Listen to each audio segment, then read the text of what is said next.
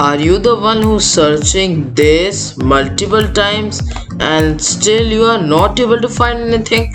So congratulations, you have clicked on the right video. In this video I will tell you how you can use the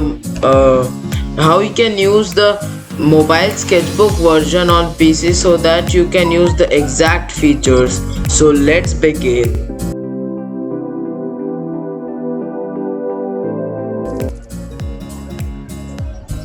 So for that the minimum requirement is that you must have Windows 8 or 10, basically a Windows that has this Microsoft Store. So first open it. Now you have to click here. You have to click here and then you should search Autodesk Sketchbook. Then you must click on this.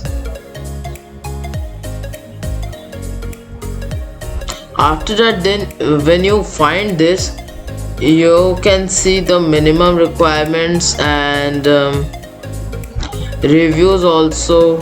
As you can see, 4.7 is pretty good. So you can then as you can see, I have already installed it, so it is written launch, but you can install using this button, and then you can successfully download it.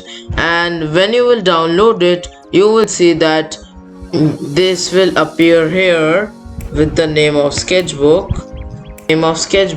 as you can see.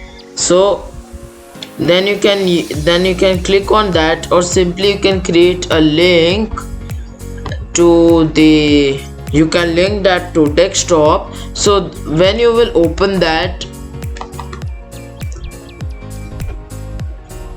as you can see, the UI is just like the mobile version Autodesk, and you can see many tools.